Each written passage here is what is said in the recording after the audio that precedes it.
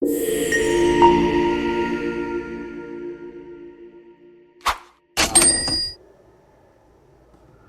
everybody, Jeremy Harper here, bringing you the latest update from the RBA May announcement for 2025. And as anticipated by the market, basically 100% factored in. We had a 25-point basis cut, so the official cash rate now is 3.85%, and that's a reflection of the increased global uncertainty and weaker domestic growth as noted by the RBA. This has been shifting in recent months, and it's in response to some of that softer economic conditions that we're now seeing. So the RBA has noted that they're quite happy with the inflation right now. It's in between that 2 to 3% range, but the global uncertainties, particularly around trade, remain an elevated risk. So what does that mean for Australian economic conditions? The GDP growth is expected to continually decrease on a gradual curve, and that is forecast primarily due to weaker global demand and in particular a softer recovery in household consumption. That's been lingering around for some time. The RBA has flagged that household spending weakness can continue, and this may drag on the labour market conditions. So inflation, as I said, 2 to 3% range. Trimmed mean inflation is at 2.9%, with the headline inflation at 2.4% over the year to March, so within their range.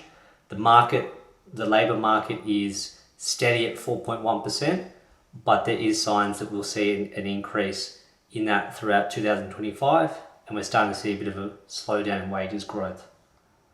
The housing market, the conditions remain stable, with house prices continuing to remain steady despite the recent rate cut, though it's now anticipated with this rate cut today in May and future rate cuts now anticipated by the market, laid on top with some of those government incentives and initiatives that were announced at the recent federal election, we will see markets starting to rebound and particularly have steady growth over the next 12-18 months. So what does that mean for homeowners? Well, lower interest rates by the RBA, that 25-point cut announced today, will filter through to variable home loan or homeowners with a variable home loan. This will be announced throughout the month by every lender.